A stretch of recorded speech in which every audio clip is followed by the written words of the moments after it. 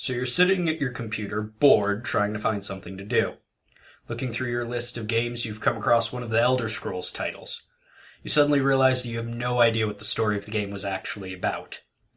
You decide you're going to plumb the depths of the fan sites and learn what happened in those games you liked so much. 12 hours later, it's 3 in the morning, and you're reading the insane rantings of a fictional megalomaniac elf god. Your head collapses onto the keyboard and you think, what the hell is wrong with Elder Scrolls lore?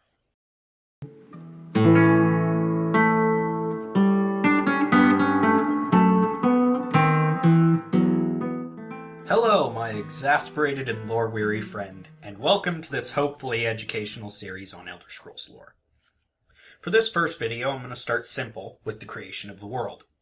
I'm going to discuss everything that happened from the birth of the first entity until the beginning of time. So in the beginning, there was a big bundle of everything called Anu.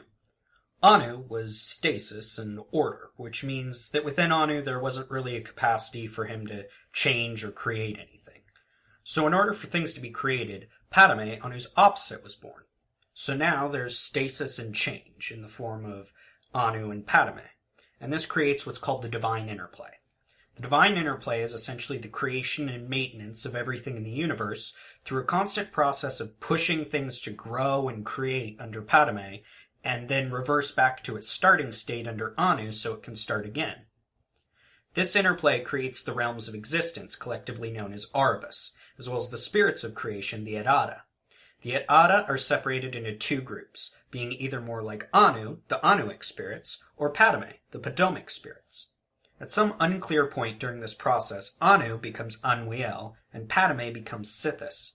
The reason for the lack of clarity here is most likely due to the fact that they're not actually distinct entities, but the exact nature of this change will have to be the subject of a future video, because it's actually kind of complicated. At this point, the interplay gives birth to a special Aedra called the Akatusk.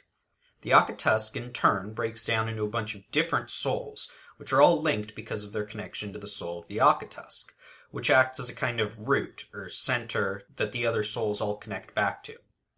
What is and isn't one of these souls is largely up for debate, but it's generally agreed that Akka, and as an extension of that Alduin, as well as Auriel, were all originally part of the Akatusk. Like other Aedra, the parts of the Akatusk are aligned as well, all being Anuic in nature. After this splintering, another Aedra called Lorkhan metaphorically eats Akka, the concept of time, taking into himself the constituent aspects of Akka. The concept of eating in this way will become more clear when we discuss the main story of Morrowind and the sermons of Vivec, both in later videos.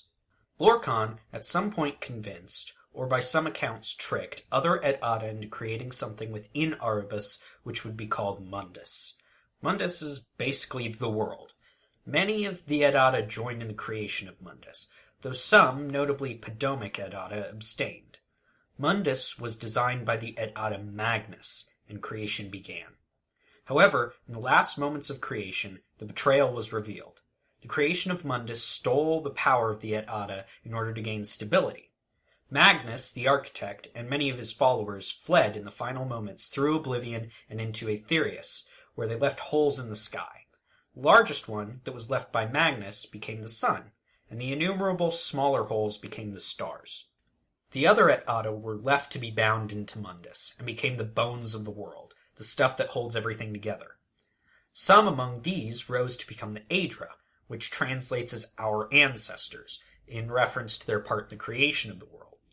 Those that abstained became the Daedra, not our ancestors, and the most powerful among them became the Daedric princes. Those Aedra that took part in creation, but didn't become one of the 8 divines, became instead the Elnophae, the ancestors to all the men and mer, or elves, of Mundus. This deception of Lorkhan sparked a war amongst the Aedra, and in the war the continents were split, leaving them as we know them in the games, Tamriel, Akavir, Yokuda, and so on. Finally, Auriel convened what is called the Convention, at the top of a tower in modern High Rock called the Adamantia. Here, the various gods discuss the punishment of Lorkhan's betrayal.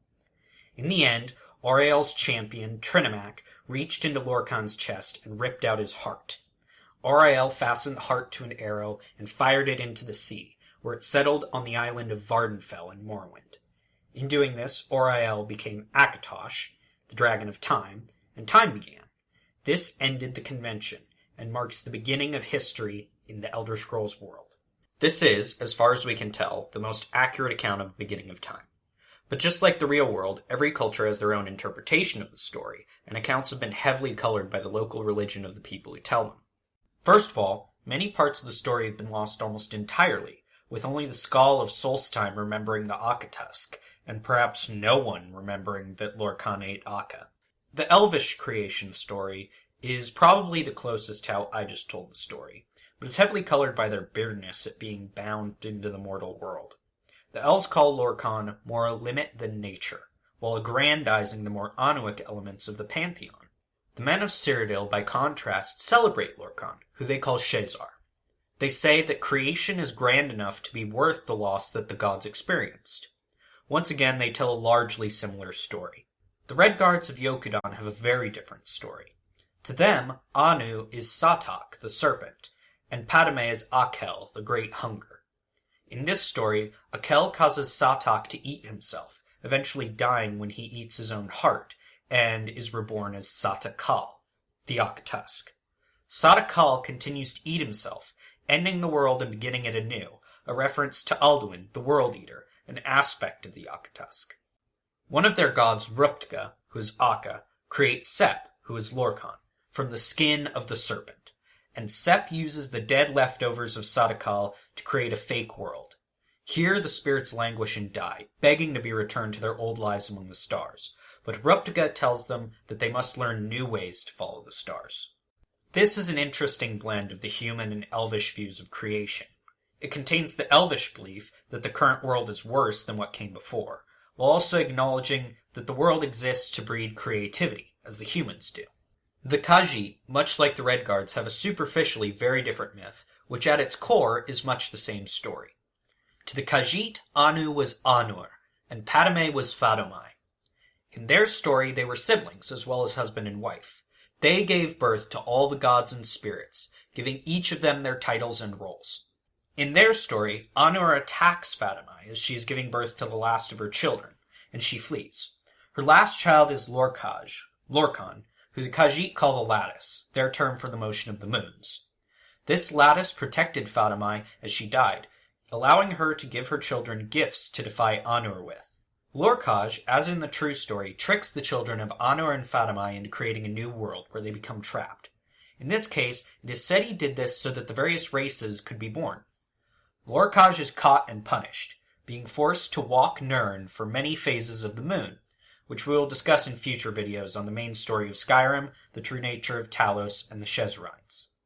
So that's how the world was created, and how the various races of Tamriel contextualize it. My various sources can be found in the box below this video. Special thanks to the Imperial Library and the unofficial Elder Scrolls pages for collecting all the books and other writings, which made this a lot easier. Remember to like and comment, and subscribe if you want to see me do more videos like this in the future. Thank you for watching.